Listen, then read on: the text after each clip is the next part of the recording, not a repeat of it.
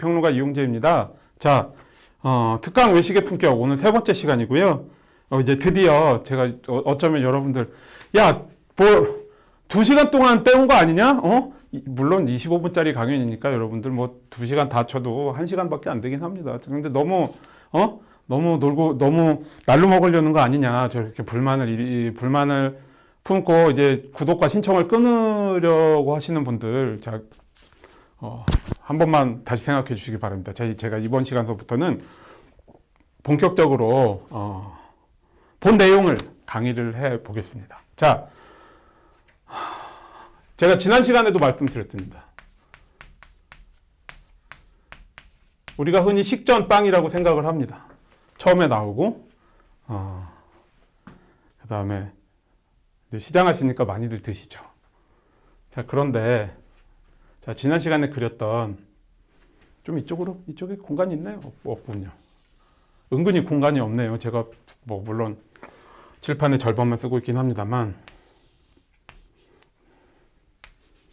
자, 여기서부터, 빵이 나오기 시작해서. 자, 이쯤이 치즈 코스라 그러면, 적어도 여기까지는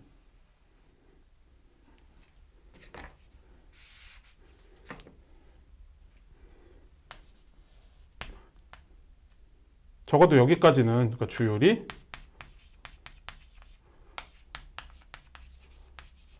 적어도 여기까지는 빵을 같이 드셔야 됩니다. 자, 빵은 탄수화물이죠.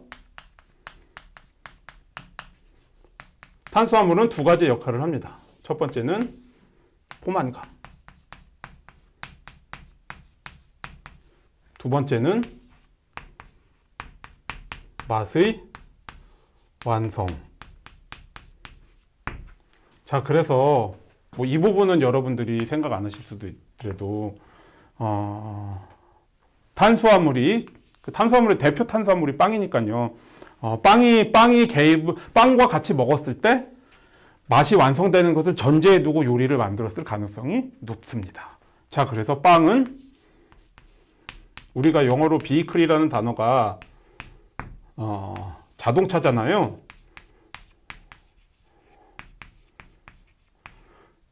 자, 그런데 흔히 매개체를 비히클이라고 합니다. 제가 이 표현을 어떻게 알았냐면, 그 카나페, 그러니까 서양 셰프 서바이벌 쇼 같은 데서 카나페를 만듭니다. 카나페를 만드는데 카나페가 이렇게 생겼죠? 크래커 위에다가 뭔가를 다른 색깔 써볼까요? 뭔가 다른 재료를 이렇게 얹잖아요. 그랬더니 이 크래커 자체를 비히클이라고 하더라고요. 자, 그래서 그때 이거 맛을 그러니까 자동차가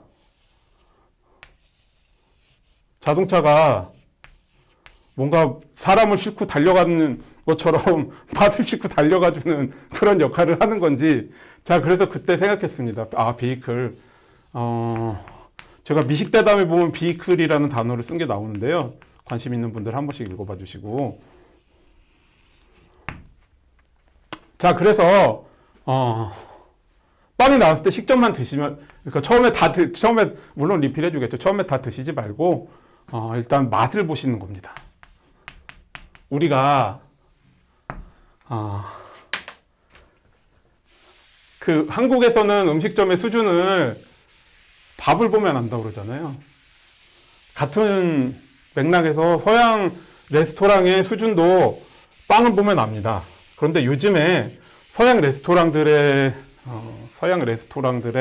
추세가 페이스트리 파트를 외주를 하는 경향이 있습니다. 그러니까 이것은 이제 몇 가지 경향에 맞물리는 건데요. 첫 번째는 이 그러니까 파티시에 자체가 일을 하고 싶지 않아요. 그러니까 레스토랑을 기피하는 거죠. 왜냐, 힘드니까. 그 다음에 두 번째는 이렇게 하면 될까요? 이게 어떻게 되는 거냐면 한마디로 페이스트리와 레스토랑이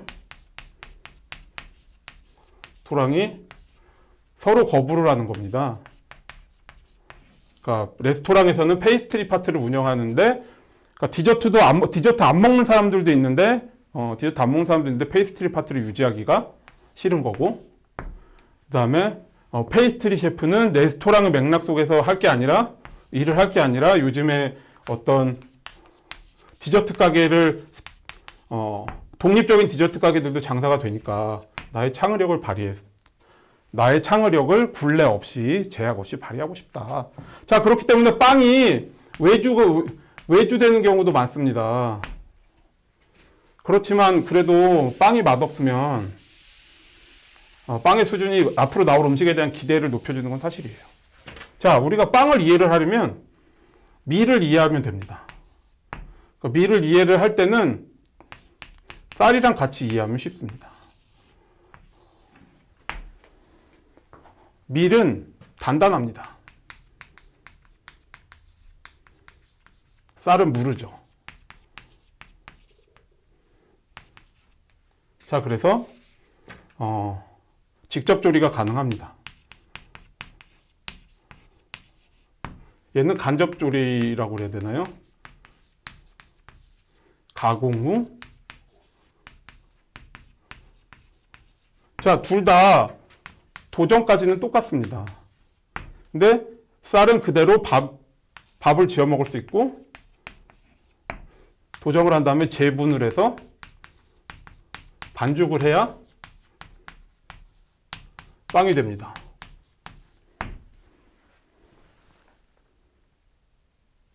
딱 여기까지 갔네요. 제가 지금 모니터링을 하고 있거든요.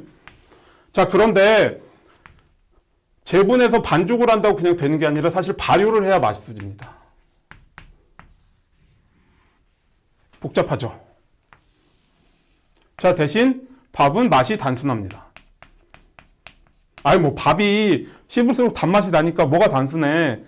제 말씀은 그러니까 빵과 비교했을 때 조리의 과정이 다르기 때문에 상대적으로 그렇다는 거죠. 밥이 나쁘다는 얘기가 아니고요. 자, 그 다음에 빵은 맛이 복잡합니다. 왜 그러느냐? 일단 발효가 개입하는 것도 있고, 완성된 빵은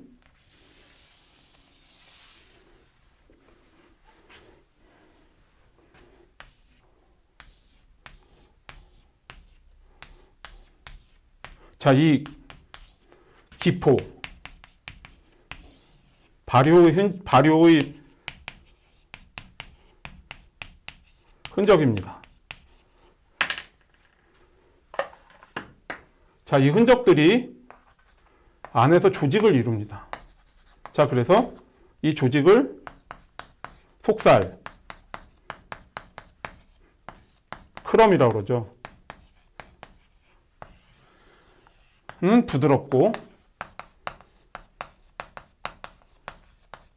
그 다음에 바깥쪽은 껍데기, 크러스트입니다. 바삭하다. 자, 그래서 대조. 물론 대조가 안 되는 빵들이 많은 게 우리의 현실이긴 합니다. 자, 그렇지만 이러한 감각, 여러 다른 맛과 질감을 지닌 음식이 됩니다. 자, 겉껍데기에서는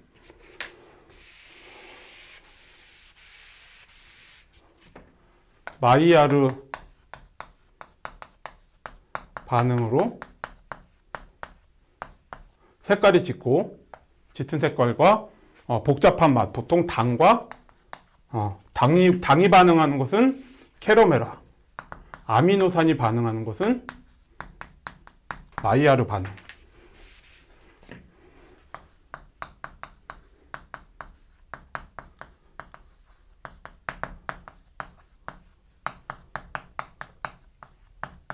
자, 여러분, 쌀에서도 나옵니다. 우리 누룽지.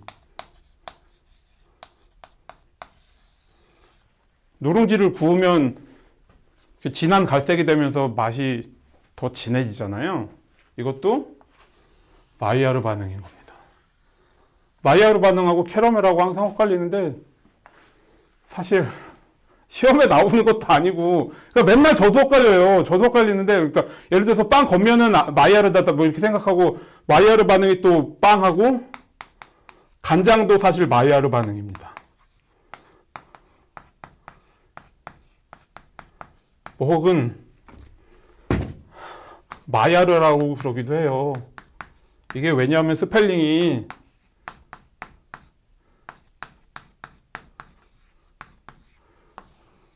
이렇게 쓰거든요. 근데 이분이 프랑스 화학자십니다. 프랑스 화학자 선생님이 밝혀내신 거예요. 그래서 마이야드 혹은 마야르인데 이거 아직도 메일라드라고 하는 데가 있단 말이에요. 지우고 다시 써야지. 제가 최근에도 어떤 책을 보고 깜짝 놀랐습니다.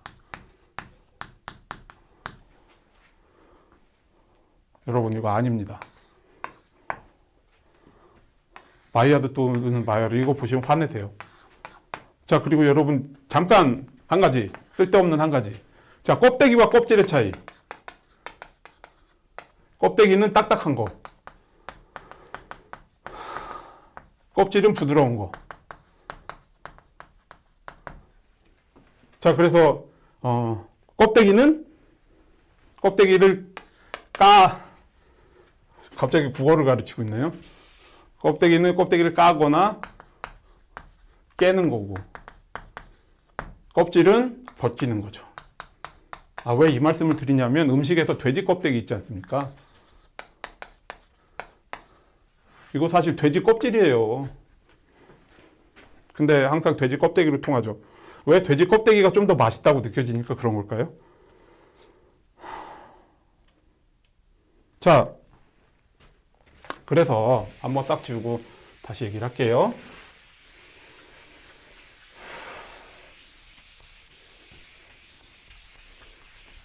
이거 편집할까요? 지우는 것도? 전 왠지 하기 싫거든요. 귀찮으니까. 근데 제가 오늘 여기 빌려서 그런데 요즘은 이런 분필 지우개를 쓰나요? 굉장히 불편하네요. 그 클래식한 커다란 분필 지우개가 생각이 납니다.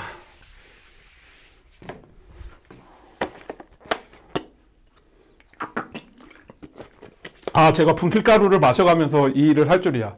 저도 놀랍네요. 자, 다시 밀로부터 시작해 볼까요? 제가 가리나요?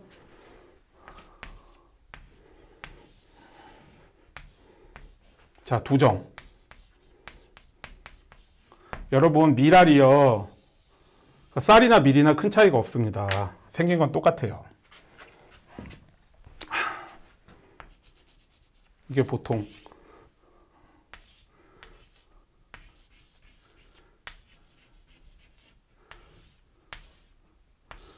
뭐 이렇게 생겼다고 치죠. 이파리도 있어. 자, 그러면 여기에서 이 알갱이가 이렇게 된 거거든요. 알갱이를 확대를 한 거예요. 자, 그래서 이 알갱이의 껍질을 벗기는 게 껍질을 벗기고 이게 눈입니다. 이게 이제 생명의 근원이죠. 아, 제가 이거보단 글씨 잘 쓰는데 인간적으로 판서 30년 만이라. 그 다음에 배젖입니다. 이것은 엔도스펌, 영양분이에요. 말하자면 눈이 배젖을 먹고 싹을 틔우는 거죠, 사실은. 근데 우리는 이제 싹을 안 틔우고 우리가 살아야 되니까. 도정이라는 과정은 겉껍데기를 벗겨내고 눈을 깎아냅니다. 왜? 왜 눈까지 깎아내느냐? 눈에는 특유의 효소가 있습니다. 이 효소가 발효를 방해를 해요.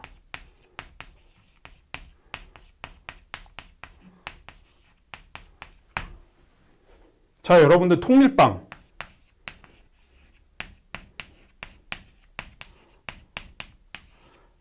통밀빵이라고 하는 것은 눈과 나머지 부분들을 다 포함을 시키거든요. 왜 발효가 안 되느냐? 이 효소뿐만 아니라 이 눈이 일종의 날카로운 파편 같은 역할을 하는 겁니다. 그래서 글루텐의 사슬이 네트워크를 형성해야 되는데 이 네트워크의 흐름을 잘라내요. 끊어내죠.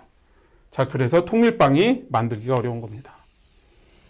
자, 어쨌든 도정을 한 다음에 재분. 그러면 밀가루가 나오죠.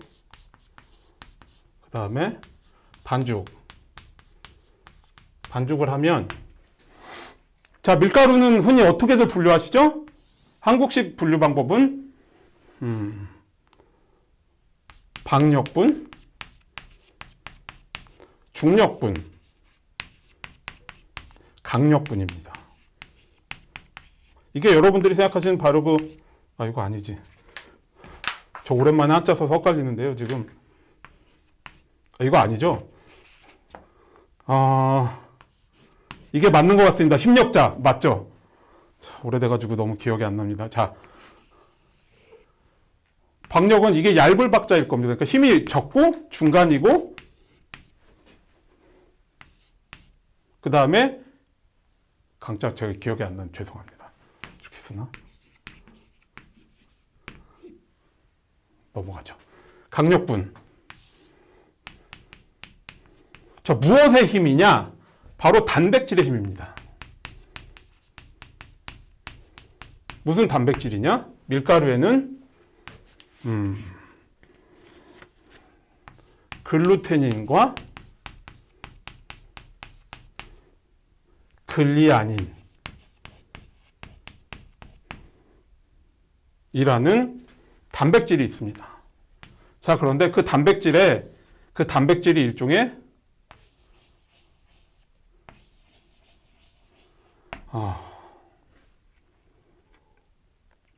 일종의 조직인 거죠.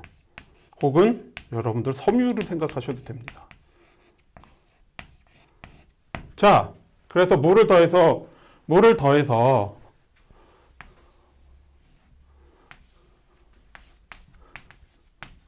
반죽을 그야말로 반죽해주면 이 글루테닌과 글리아닌이 만나서 여러분들도 많이 들어보셨을 단백질인 글루텐이 됩니다. 자, 글루텐이 어떻게 되느냐? 그러면 이 짧은 이 사슬들이 연결이 되는 겁니다. 그래서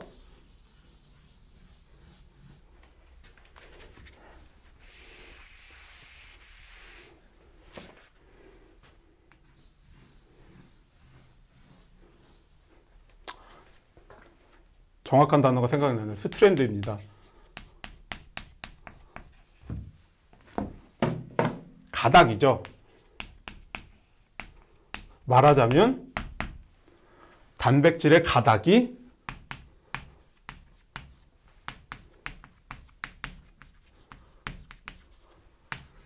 네트워크를 형성합니다. 말하자면 2차원이 3차원이 되는 거예요. 이게 왜 중요하냐면, 좀 지울까요?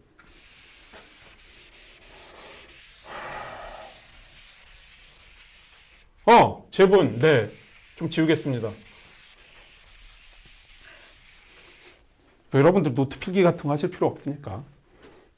학창시절에 다 못 썼는데 막 지우면 학생들이 원성 막 이러잖아요. 전혀. 책을 보십시오. 자, 그러면 발효라는 게 이루어지죠. 발효는 어떤 과정이냐면 밀가루에 당을 먹고 효모가 그 다음에 에탄올과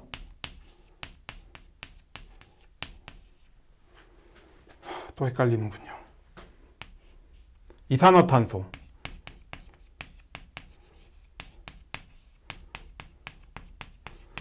자, 발효를 시키면 어떻게 되느냐? 여기 아까 그릇 남아있네요.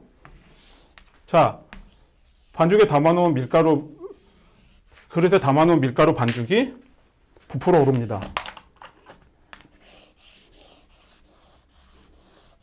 부풀어 올라요. 왜 그러느냐? 내부에서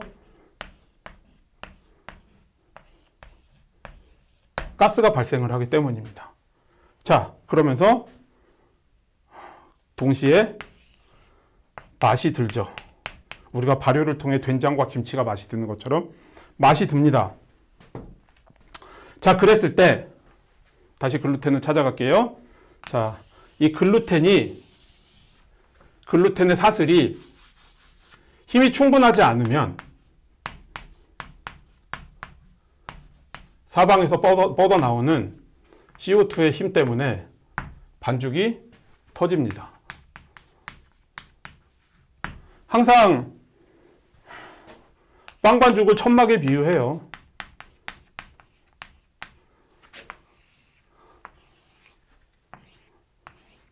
폴대를 세우죠. 입체 구조를 만듭니다. 폴대가 약하다? 그러면 안 쓰잖아요. 팽팽하게. 똑같습니다.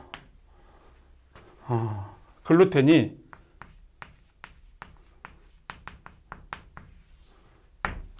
정확하게 글루텐이 제 힘을 가질 만큼 충분히 발달이 안 되면 빵의 반죽이 발효의 이산화탄소의 힘을 못 이기고 쭈글쭈글하게 터져버립니다. 자, 그래서 반죽에서 항상 창틀 테스트라는 게 있습니다. 윈도우 페인 테스트예요.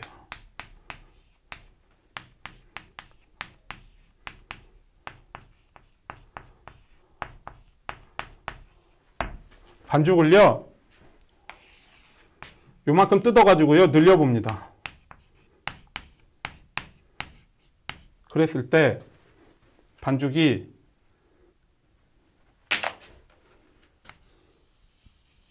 늘어나요. 여러분도 수제비 뜨는 거 생각해 보시면 돼요. 수제비도 반죽이 잘 됐으면 이렇게 쭉쭉 늘어나면 이게 얇아지면서 조금씩 반투명해지지 않습니까? 그래가지고 이렇게 반투명해져서 여러분들 반대면이 좀 비칠 정도가 되잖아요. 찢어지지 않고. 자, 그랬을 때 그 창틀 테스트를 성공한 거고, 수제비도 그러면 더 쫄깃쫄깃하거든요. 바로 그것이 글루텐 발달의 척도예요.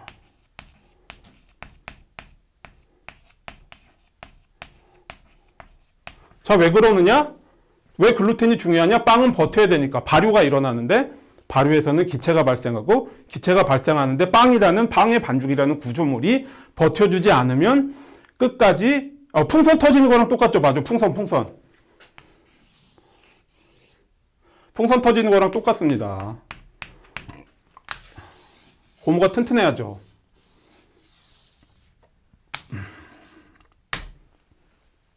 터져버립니다. 자, 그래서 글루텐 발달이 중요한 거예요. 오늘은 제가 오늘 준비한 거는 여기까지예요. 빵의 준비 과정에서 전반전까지 했네요. 발효까지. 자, 다음 시간에는 제가 이후의 과정과 빵의 분류 뭐 이런 것들에 대해서 살펴보겠습니다. 여러분 좋아요 눌러주시고 구독 좀 많이 부탁드려요. 그러면 다음 시간에 뵙겠습니다. 감사합니다.